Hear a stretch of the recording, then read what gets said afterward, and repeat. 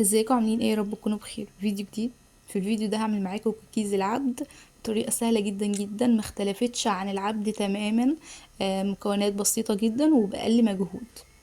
عايزه اقول لكم ان القطعه منها خفيفه جدا، وكمان مش مكتومه مقرمشه.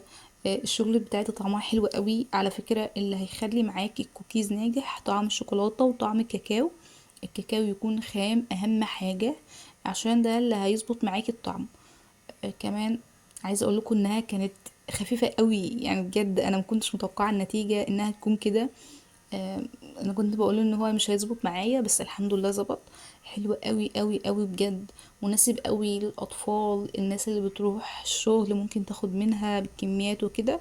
تعالوا بقى اقول لكم الطريقه والمكونات ازاي. المكونات: اول حاجه هجيب 3/4 كوبايه من الزيت، كوباية من السكر البودر. انا استخدمت سكر مش بودر عادي، المتاح قدامك استخدميه، بس ما يكونش السكر خشن قوي، يعني درجته كويسة. وطبعا كوكيز يعني زبدة، انا جبت زبدة، جبت كمية 2 كوباية. وكاكاو استخدمت 4 معالق، لان انا ضفت تاني من 3 معالق، ضفت كمان معلقة وبيضة. والدقيق 2.5 كوباية بالظبط. ال2.5 كوباية دول انا اتبقى معايا حوالي نص كوباية، يعني استخدمت كوبايتين بس ده على حسب نوع الدقيق، لان يعني الدقيق بيختلف من نوع لنوع. ومعايا معلقة صغيرة فانيليا ونص معلقة صغيرة بيكنج باودر.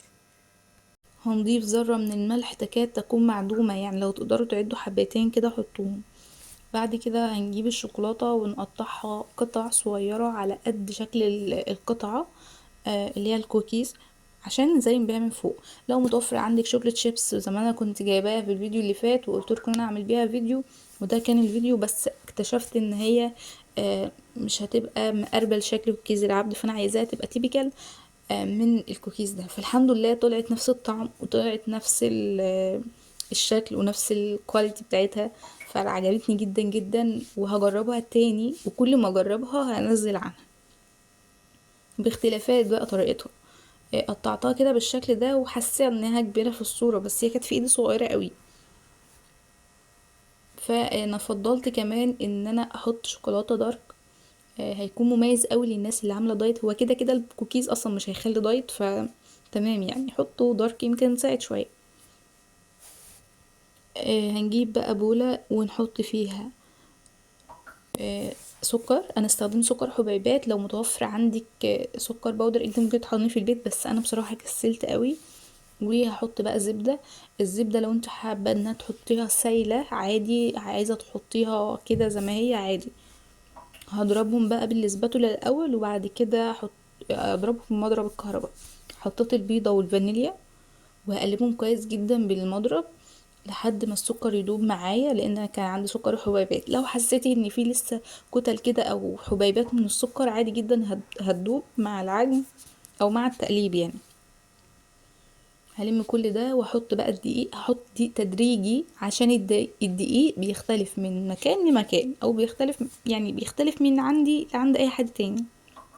في الاول كنت حاطه 3 معالق من الكاكاو، ضفت كمان معلقه لان حسيت لونها فاتح شويه، لان الدقيق بيفتح اللون اكتر. فضفت معلقه زياده بقى 4، فانتوا استخدموا 4.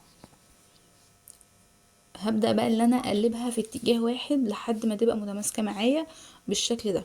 هتلاقوها طريه قوي قوي، بس ما بتلزقش في ايدك ولا اي حاجه. ده هيكون شكلها المناسب. هلمها بس من الدقيق وهخلي كل المكونات مختلطة ببعضها، يعني مش هزود اي حاجة. انا ضفت البيكنج باودر مع الدقيق، وده النص كوباية اللي اتبقى مني. هشكلها بقى دواير بالشكل ده، وهحاول ان انا ما بططهاش قوي عشان لسه هتتفرد في الفرن، وكمان لسه هحط عليها الشوكولاتة، فمع ضغطتي على الشوكولاتة هتفردها شوية. حاولوا بقى ان انتوا تشكلوهم احجام متساوية بحيث انها تكون قد بعض. عايزين تكبروا القطعة، عايزين تصغروها على حسب ذوقكم. يعني هنا انا كنت بقولكوا ان هي مش متبططة قوي. بدأت بقى ان انا ازينها بالشوكولاتة، وبدأت ان انا اضغط ضغطة كده بحيث ان الشوكولاتة تمسك في العجينة نفسها، واشكلها بقى كلها.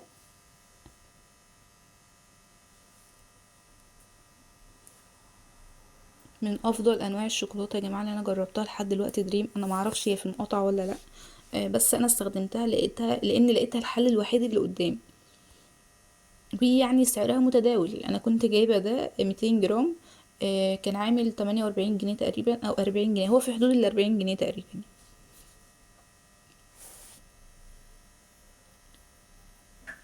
شكلت بقى كل الكميات وحطيت عليها الشوكليت وظبطتها. على ما خلصتها كنت شغلت الفرن على درجة حرارة 180، بس ما كنتش مشغلة الشواية من فوق خالص. اي حلويات لما تيجوا تسووها اعملوا لها الشواية اللي تحت بس، يعني ما تشغلوش اي حاجة فوق،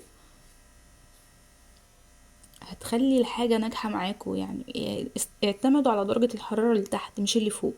حتى لو انتوا عايزين الحاجة تحمر من فوق، تعالوا في اخر 5 دقايق كده وشغلوا الشواية من فوق هتلاقونا معاكم. هنا بقى كان بعد ما استوى وكان عجبني قوي وكانت ريحته حلوة قوي. هو خد مني بالظبط 15 دقيقة، يعني ربع ساعة، على نار متوسطة مش عالية قوي ولا هادية قوي، على الشواية اللي تحت بس.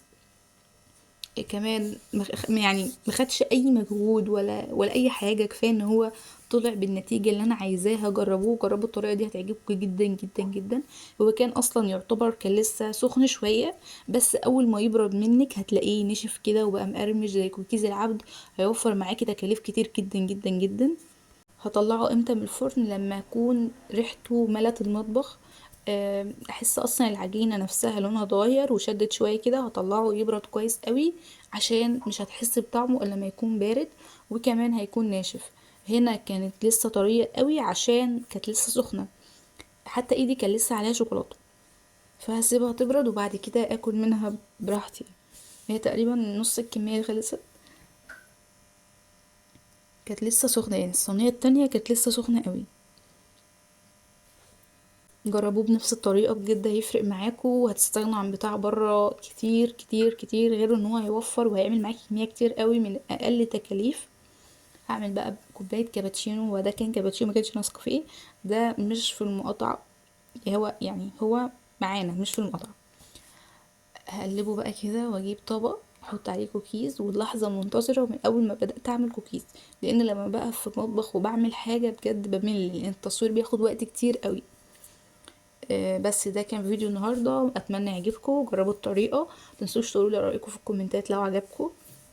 لو عايزين اجرب حاجه جديده قولولي في الكومنتات. متنسوش بقى اللايك والاشتراك والشير، واشوفكم في فيديو جديد في رعايه الله.